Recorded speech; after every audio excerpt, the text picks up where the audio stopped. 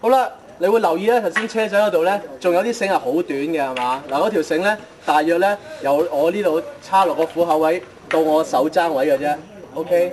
好啦，如果真係長咗少少都唔緊要嘅，但係太短嘅話，可能咧你就要唔夠啦，可能要揾翻啲啱你嘅。OK， 好啊，睇一睇點樣做法同埋係咩嚟嘅先。嗱，我哋剛才咧教過一個叫做普魯士結咧，其實咧係一個叫做摩擦結嘅其中一種嚟嘅，另一種摩擦結就係法式普魯士結啦。好啦，點樣做法咧？首先咧，我會講埋咧嗰個下降器先，呢個下降器嚟睇下，係呢啲啊，短嘅。OK， 好得。好啦，呢度咧冇分別嘅，照做嘅啫。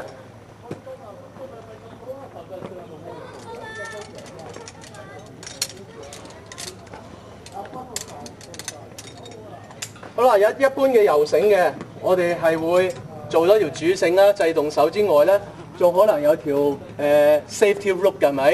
咁但係咧，如果有時我哋 instructor 啊。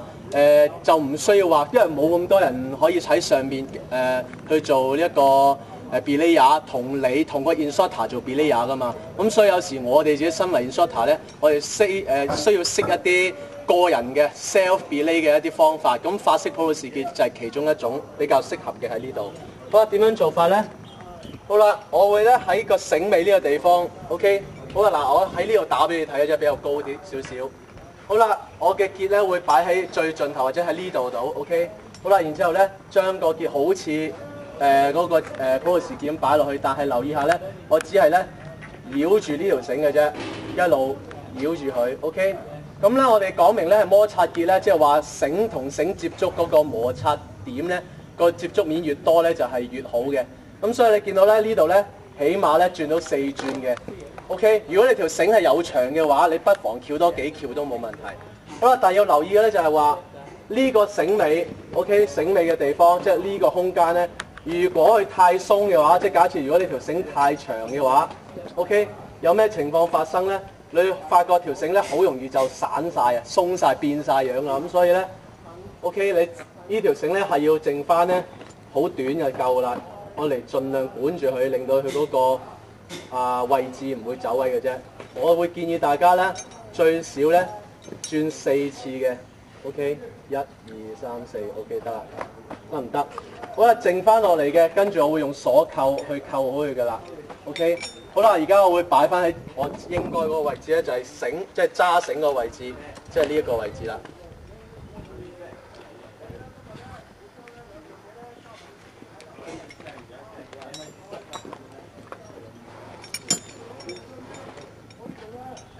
好啦，跟住呢個扣落喺邊咧？係落喺咧，我嘅假設我制動手係右手嘅話，我會將個鎖扣咧落喺右腳嗰個大腿嗰個條帶位嗰度嘅。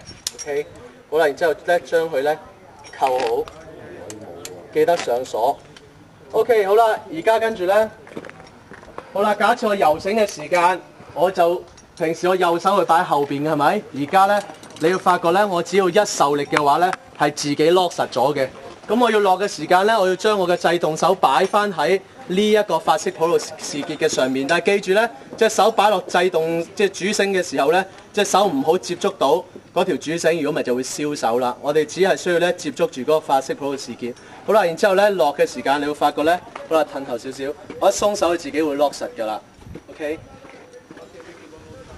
得唔得嚇？好安全嘅，基本上一鬆手會 lock 實㗎啦。咁如果咧你用嗰個頭先我哋做嗰隻叫做普魯士結咧，如果你通常有陣時咧普魯士結咧擺喺前面呢個位置嘅時間咧，你會遇到一個問題就係當你落嘅時間，嗰個法式普魯士結其實都係一種咧個人防護嘅一種方法之一嚟嘅。但係個問題就係，如果當你一甩手，假設你 tension 咗嘅話咧，嗰個法式普魯士結可能會 lock 實咗，我哋之前咪教過，你係需要 release 咗你身體嘅重量先可以 off 到佢㗎。咁問題就係出咗喺呢度啦。除非咧你即時攞翻另一條繩 ，OK 打落去俾你踩腳。如果唔係，基本上咧你基本上 off 唔到佢㗎，啱唔啱啊 ？OK， 咁所以咧呢一個法式普魯士結咧，如果喺呢個情況下係會比較好啲嘅，比嗰個一般傳統嗰個普魯士結得唔得 ？OK， 如果你係冇信心嘅，你發覺唔想咁高靠呢條好似咁簡單咁翹兩翹就啜得實。你可以咧喺後邊個斜坡嗰度試一試先。到你自己有信心啦，你信咗呢一條繩之後咧，你先至走上個塔頂嗰度。